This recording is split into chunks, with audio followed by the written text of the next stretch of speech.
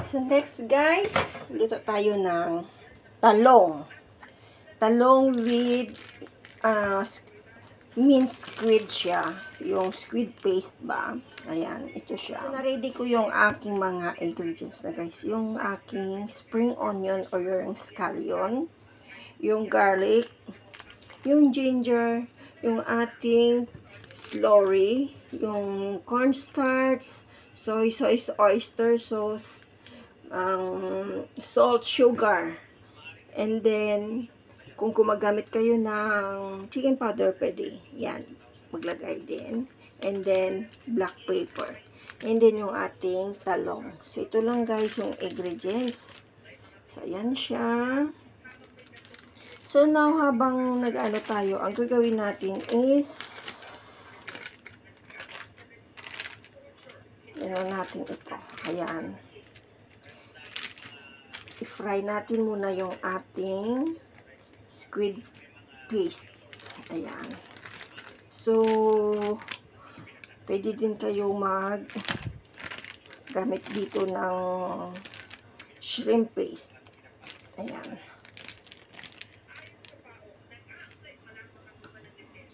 So, ngayon, i-fry natin siya yung ating squid paste na ha.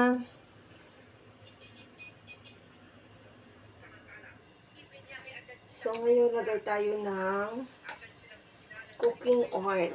Tensiometer pa rin yan, guys. I-fry lang natin yung aking squid paste. So, ito guys, ang gagawin lang natin is kukuha lang tayo ng either spoon and then i-shape lang natin ng pahaba. Ayan. So, depende na yan sa inyo. Pwede pabilog, pwede yung pahaba. Kasi nag-i-expand sa ito. Ito, pahaba. Ayan. And then, slowly natin hulog natin sa ating. Ayan. Ayan. Ganyan siya. Ayan.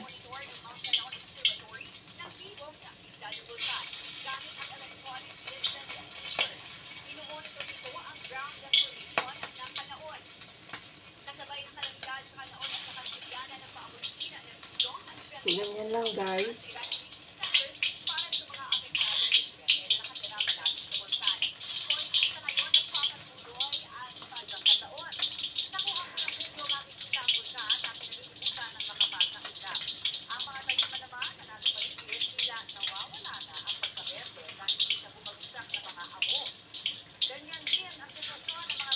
So, ngayon, gagawin natin is gagawin ang tali. Yan, golden brown ito natin.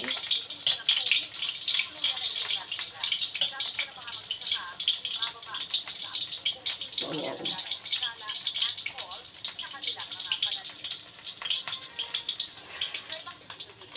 So, ayan. So, dandahan na natin siyang baliktarin. Lalagay na natin lahat siya.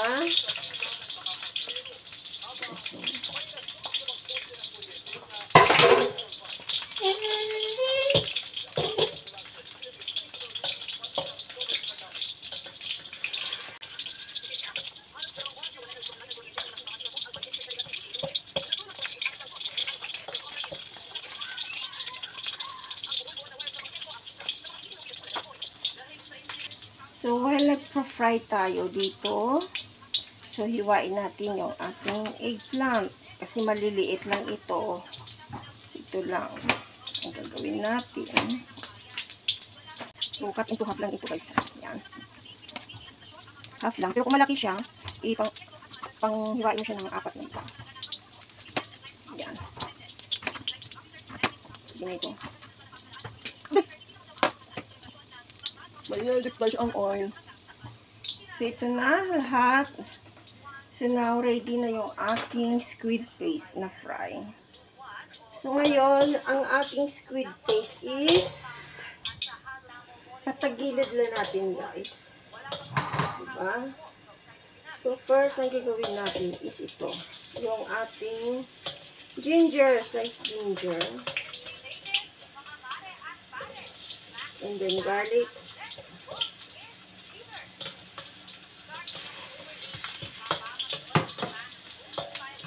actually guys, yung aking, yung, ang tawag nito, squid paste, is nahati ko sa dalawa na. So, ito lang yung, ginamit ko. For the next day naman, for the next recipe naman yun, ang half niya.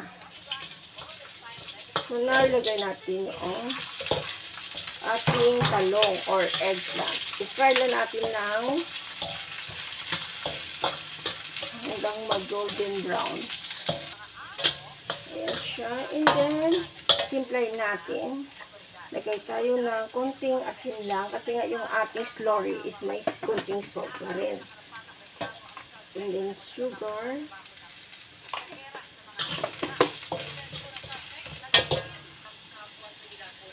And then, after that, parang pag na siya na parang soft na yung ating eggplant, ilagay natin yung ating slurry.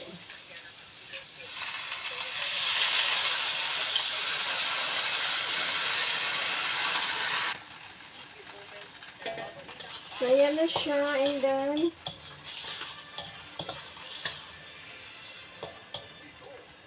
so, palambutin lang natin yung ating eggplant or yung ating talong.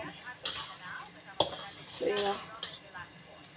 Ang slurry lang natin pag nag-chicken sauce na ito at saka malambot-lambot na yung ating talong, yun na yun. Tutakpan na natin siya, ha? So, wala yung tik-tik. So, around mga 5 minutes. Almost 5 minutes, guys. Ayan, soft na siya. So, i-garnish natin yung ating spring onion. Ayan.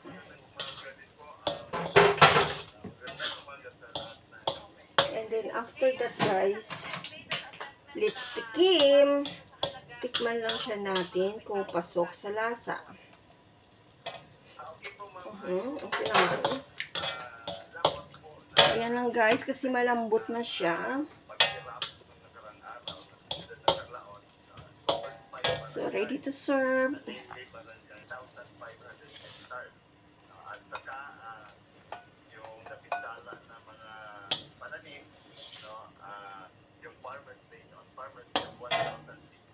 So, ayan, dito na guys. Ready to serve na yung aking fried eggplant with